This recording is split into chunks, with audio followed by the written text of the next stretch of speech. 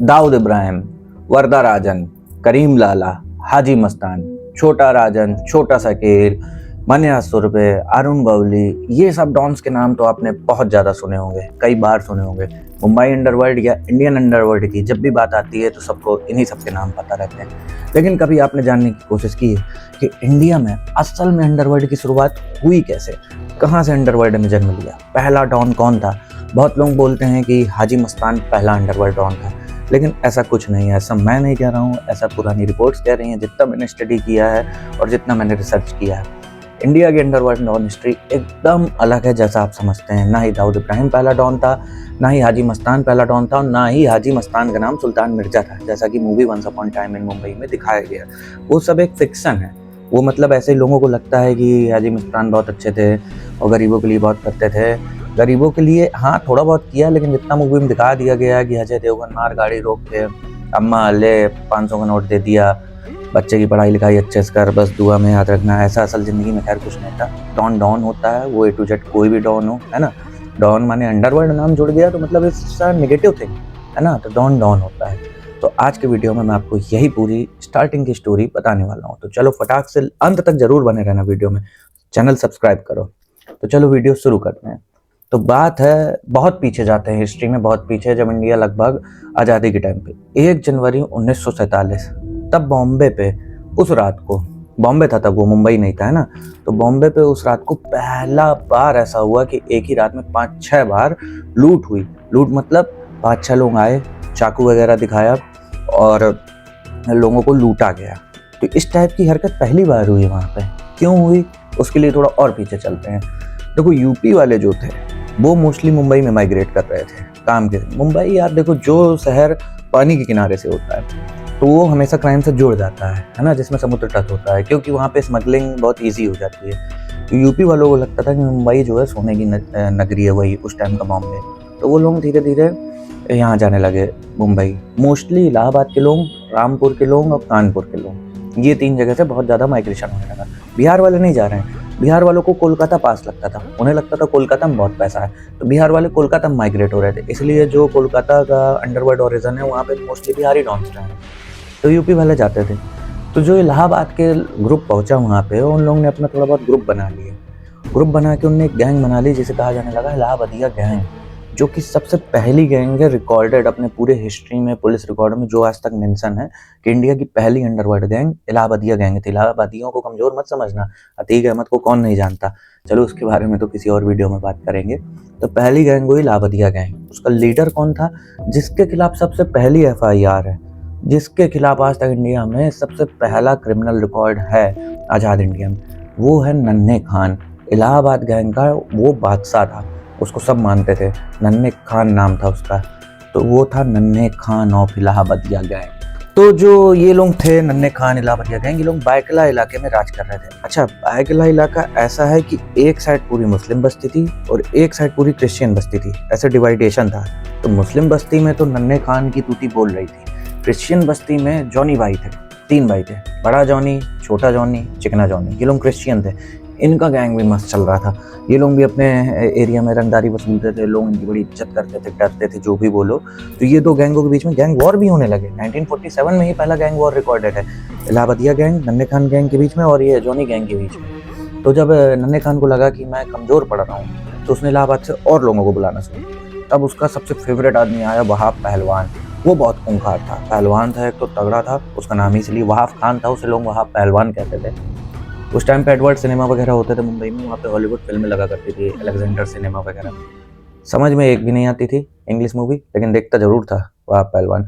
Movie देख देख इतना इंस्पायर हो गया था मूवी में बंदूकें देख देख के कि उसने जुगाड़ से बंदूक खरीद ली। मतलब पहला रिकॉर्डेड गैंगस्टर जिसके पास गन थी और किसी के पास गन नहीं थी। तो ये चीज़ याद रखना। उसके बाद वहाब पहलवान और नन्हे खान तो आतंक मचाने लगे दोनों मिलकर, इन दोनों का राज काफ़ी फैलने लगा। उसके बाद एक और आया इब्राहिम खान। वो तो पहला आदमी था जो मैट्रिकुलेशन पास किया था। उस टाइम में मैट्रिकुलेशन क्लास 11 तक हुआ करती थी।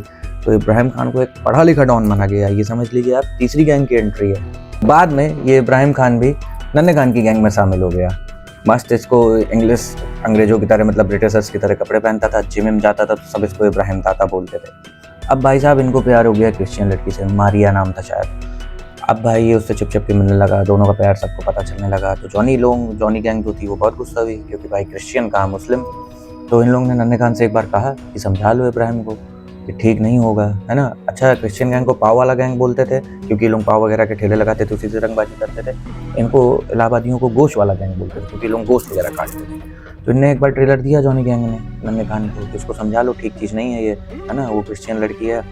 तो इब्राहिम तो और तब से खूंखार हो गया, गाना गाने लगा, प्यार किया तो डरना क्या, प्यार किया कोई चोरी नहीं की, मतलब डरा नहीं वो। और उसके बाद इन दोनों के बीच में घमासान गैंग वार होने लगा। अच्छा, इसी बीच में और भी जगह से यूपी में लोग आने लगे, यूपी से लोग आने लगे मुंबई। जैसे कि कानपुर से कई लोग आए, उन्होंने अपनी कानपुरिया गैंग बनाई। कानपुर वाले लोग गैंग जो थे वो डंडे से, मतलब डंडे लाठी डंडों से लेके चला करते थे, तो वो इलाहाबादिया गैंग का मुकाबला बिल्कुल नहीं कर पाए, कुछ दिन टिके चले गए, इलाहाबादिया गैंग भी टिकी। कानपुर के बाद रामपुर से लोग आए, रामपुर से जो गैंग आई वो भी इलाहाबादिया गैंग का सामना नहीं कर पाई, क्योंकि उनके पास बंदूक आ गई थी। लेकिन रामपुरिया गैंग का एक कंट्रीब्यूशन है मुंबई अंडरवर्ल्ड में जो आज तक है, कोई नहीं भूल सकता। रामपुरिया गैंग वालों ने एक ऐसा चाकू बनाया जो मुड़ जाता था। अब आप समझ रहे होंगे मैं किसकी बात कर रहा हूँ, रामपुरी चाकू की, जो आज भी चलता है। ऐसे मुड़ जाता था, खट खट खट करके ऐसे ऐसे खुलता था। मूवीज़ में बहुत ज़्यादा यूज़ होता है, आप लोग भी जानते होंगे रामपुरी चाकू। तो वो चाकू रामपुर से जो लोग आए थे उन लोगों ने बनाया था वो चाकू, और उन लोगों की देन है कि वो पूरे अंडरवर्ल्ड भर यूज़ हुआ, आज भी यूज़ हो रहा है। आज भी छोटा बड़ा हर क्रिमिनल उस चाकू को यूज़ जरूर करता है। उसके बाद भाई शादी हो गई मरिया की, और इसकी इब्राहिम की बच्चा भी हो गया। अब जॉनी लोग भाई खोरिया गए।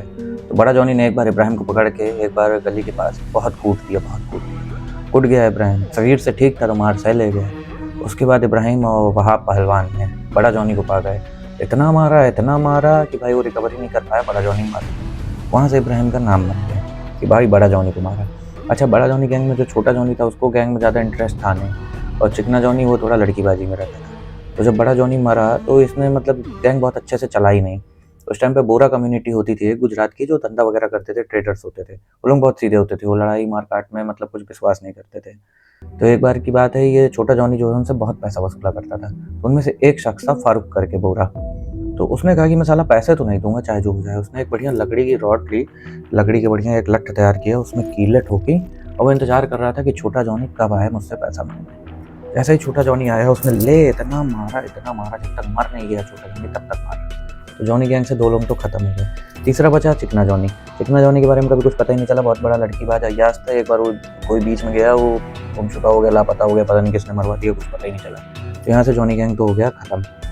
अब इधर आते हैं इलाहाबादिया गैंग। इनका तो सिस्टम सही चल रहा था, बाकी जो यूपी से आए थे, जौनपुर से भी आए थे कुछ लोग, वो भी चले गए। जौनपुरिया गैंग खत्म, कानपुरिया गैंग खत्म, रामपुरिया गैंग खत्म, थोड़ा बहुत इलाहाबादिया गैंग बचा था। नन्हे खान बूढ़े हो गए थे, तो इनने ये जो वहाब था और वहाब पहलवान और इब्राहिम, यही दोनों गैंग चला रहे थे। तो वहाब पहलवान का भी धीरे से इंटरेस्ट खत्म हो गया। वहाँ पे तब एक नया गैंग और आ गया था दूसरे एरिया में, कश्मीरी गैंग। वो लोग ये मटका वगैरह चलाते थे, ये जो पैसे का सिस्टम होता है नंबर को लेकर। तो वहाब पहलवान उस गैंग में शिफ्ट हो गया, उसको पैसे कमाने की ज़्यादा चिंता थी। अब बचा यहाँ पर खाली अकेला इब्राहिम की तूती बोलती थी, लोग डरते थे क्योंकि भाई उसने बड़ा जॉनी को मारा था। बढ़िया गैंग चल रही थी। फिर एक दिन ऐसा हुआ कि वो रोड पे टहलते हुए कहीं जा रहा था, किसी आदमी से उसकी बहस हुई, तो उसने मारने के लिए उसे चाकू निकाल दिया, चाकू घोंप भी दिया पेट में, और फिर पुलिस आ गई और उसे आजीवन कारावास हो गया। तो यहाँ से इलाहाबादिया गैंग टोटली हो गई खत्म। उसके बाद मरिया भी कहीं पे जाके शिफ्ट हो गई, अपने बच्चे के साथ रहने लगी, और यहाँ से फर्स्ट लेयर ऑफ अंडरवर्ल्ड जिसे कहते हैं, जो सच में शुरुआत थी, वो एंड हुआ। वहाँ जो वहाब पहलवान था कश्मीरी गैंग में, उसको बाद में पठानों ने टेक ओवर कर लिया उस गैंग को, तो वो भी एंड हुआ। तो फर्स्ट लेयर ऑफ अंडरवर्ल्ड हम जिसे कहेंगे मुंबई का, वो यहाँ पे समाप्त हुआ।